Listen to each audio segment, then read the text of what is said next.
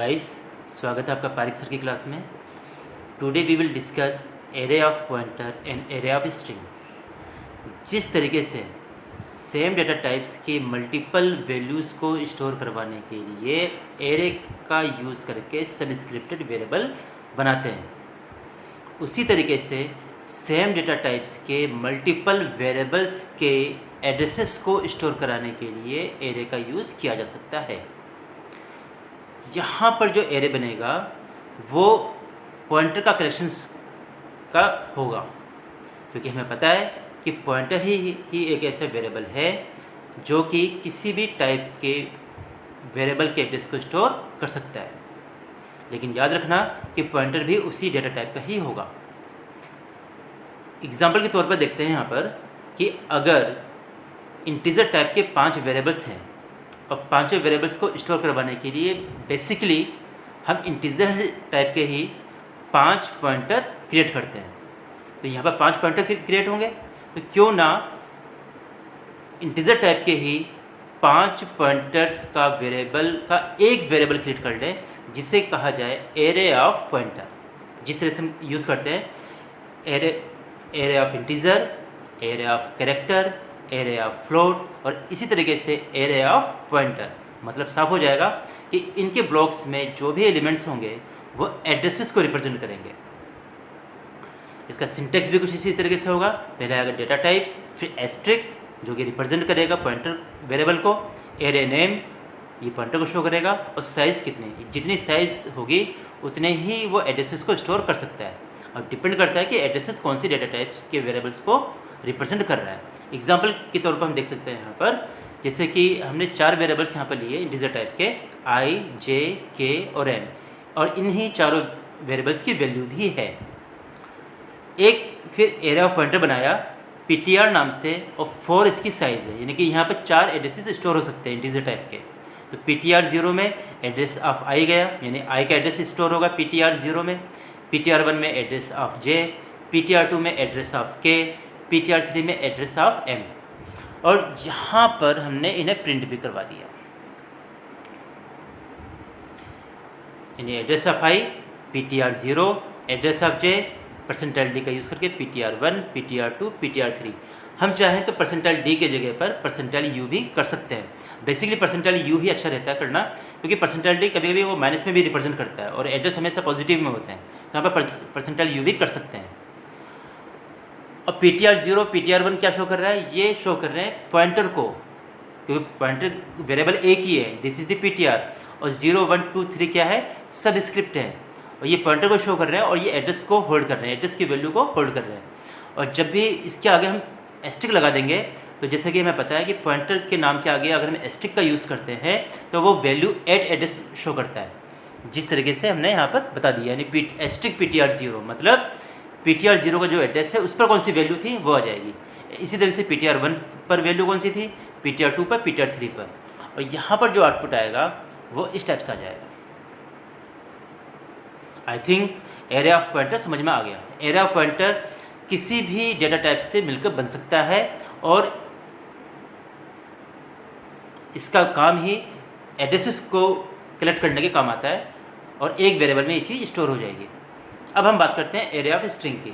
और array of string जानने से पहले ज़रूरी यह है कि अगर हमें एक से ज़्यादा स्ट्रिंग को स्टोर करवाना है, अगर मैं बात ये करूँ कि मैं कहूँ कि एक से ज़्यादा रोज़ को स्टोर करवाना है, तो क्या करते थे? 2D एरे का यूज़ करते थे हम, चाहे वो इंटीजर टाइप का हो या कैरेक्टर या फ्लोट। अगर हमें एक से ज़्यादा स्ट्रिंग को स्टोर करवाना है मेमोरी में, तब हम किस चीज़ का यूज़ करेंगे? बेसिकली हम कैरेक्टर ऑफ एरे का ही यूज़ करेंगे। बस फ़र्क इतना है कि हर रो में लास्ट में नल लिखकर हम स्ट्रिंग बना देंगे। तो इसके एग्जांपल यहाँ पर लिखा हुआ है, CHARR नाम की कैरेक्टर एरे हमने 2 डायमेंशनल की बनाई, जिसमें 3 रो होंगी और 10 स्ट्रिंग की साइज़ होगी, मैक्सिमम साइज स्ट्रिंग की 10 होगी। और यहाँ पर 3 स्ट्रिंग हमने यूज़ कर लिया, स्पाइक, टॉम एंड जेरी, यानी कि इनकी साइज़ 10 से कम है कर सकते हैं और मैक्सिमम 10 तक कर सकते हैं, लास्ट में हमने नल कर दिया। और इसी तरीके से दूसरा तरीका भी है इनिशियलाइज करवाने का, स्पाइक, टॉम, जेरी यानी स्ट्रिंग लिखकर भी कर लेंगे और बाय डिफ़ॉल्ट इसमें ऑटोमेटिकली नल कैरेक्टर जुड़ जाएगा। राइट साइड में आप देख रहे हैं कि राइट साइड में मेमोरी रिप्रेजेंटेशन दिखाया गया है। 3 रो बनी हुई है और तीनों रो के 10 कॉलम्स हैं और 10 कॉलम्स में, हर रो के 10 कॉलम्स में अलग अलग स्ट्रिंग स्टोर है। लेकिन एक चीज़ हम और देख रहे हैं कि स्ट्रिंग स्टोर होने के बाद जो बाकी ब्लॉक्स हैं वो सारे नल हैं तीनों ही रो में, और ये नल जो ब्लॉक्स बिना वजह से मेमोरी को वेस्टेज कर रहे हैं, मेमोरी यहाँ पर वेस्ट हो रही है। और मेमोरी वेस्ट होने का रीज़न भी है क्योंकि जब भी एरे डिक्लेयर होता है मेमोरी कंपाइलेशन के दौरान ही बन जाती है और वो फिक्स होती है। यहाँ पर हमने 2D डायमेंशनल का कैरेक्टर एरे बनाया जिसमें 3 रो और 10 साइज हमने दे दिए स्ट्रिंग के लिए, और स्ट्रिंग यहाँ पर स्पाइक, टॉम, जेरी का यूज़ हो रहा है और जो बाकी है ये सब वेस्टेज हो रही है। तो इस चीज़ को रिमूव करने के लिए एरे ऑफ पॉइंटर का यूज़ कर सकते हैं, और यहाँ पर एरे ऑफ पॉइंटर जो बनेगा वो कैरेक्टर टाइप का बनेगा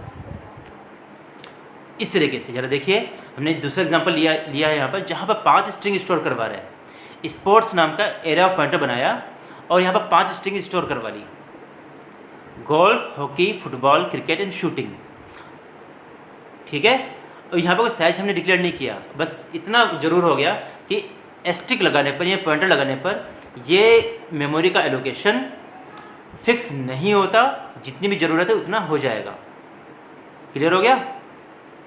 और इस केस में जब भी हम एरे ऑफ पॉइंटर में साइज़ नहीं देंगे, चाहे तो दे सकते हैं, अगर साइज़ नहीं देंगे तो इनिशियलाइज करने के दौरान डिक्लेरेशन होना मस्ट है। इस चीज़ को ध्यान में रखिए, ये हर एक एरे के केस में इस्तेमाल होता है। इस केस में देखिए मेमोरी रिप्रेजेंटेशन क्या होगा। यहाँ पर आप देख रहे हैं कि एक ही नल है जो कि स्ट्रिंग को रिप्रेजेंट कर रहा है, और यहाँ पर हर एक रो की साइज़ अलग अलग है। ये इसी वजह से हो पाया एरे ऑफ स्ट्रिंग की वजह से, यानी कि एरे ऑफ पॉइंटर का इस्तेमाल करके ये चीज़ हो पाई।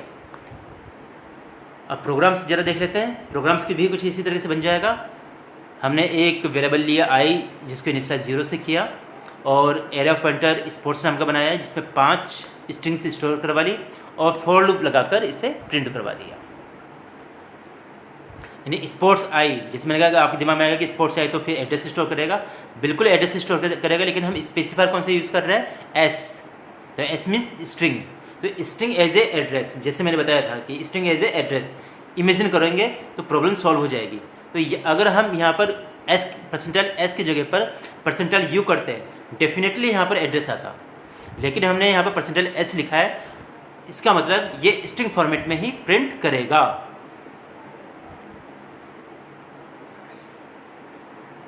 और यहाँ पर स्ट्रिंग और एड्रेस दोनों ही यहाँ पर प्रिंट करवाई जा रही है, और इसका आउटपुट कुछ इस तरीके से आएगा।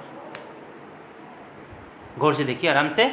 स्ट्रिंग है golf, address of string literal, इस तरीके से आएगा। और कोई ज़रूरी नहीं कि जो यहाँ पर मैं दिखा रहा हूँ एड्रेस वही एड्रेस है, क्योंकि हर एक कंपाइलर एड्रेस को जनरेट करने का काम कंपाइलर करता है, यूज़र के हाथ में नहीं होता। तो हर एक कंपाइलर पर डिपेंड करता है कि कौन सा कंपाइलर कौन सा एड्रेस प्रोवाइड कर रहा है। तो I hope array of pointer और एरे ऑफ स्ट्रिंग समझ में आ गया होगा। और एरे ऑफ पॉइंटर का सबसे बड़ा रोल ये है कि मेमोरी भी उतनी ही यूज़ हो रही है जितनी ज़रूरत है, और स्ट्रिंग भी आसानी से स्टोर हो जाते हैं। और एरे ऑफ पॉइंटर का यूज़ करके हम स्ट्रिंग को भी आसानी से मैनिपुलेट कर सकते हैं, और प्रोग्राम भी इसके थ्रू आसानी से बन जाता है। तो 2D कैरेक्टर एरे का यूज़ मल्टीपल स्ट्रिंग को स्टोर करवाने से बेहतर है कि एरे ऑफ स्ट्रिंग का यूज़ किया जाए और आसानी से इस पर मैनिपुलेशन किया जा सके। आई होप ये चीज़ आपको समझ में आ गई होगी। Thank you too much.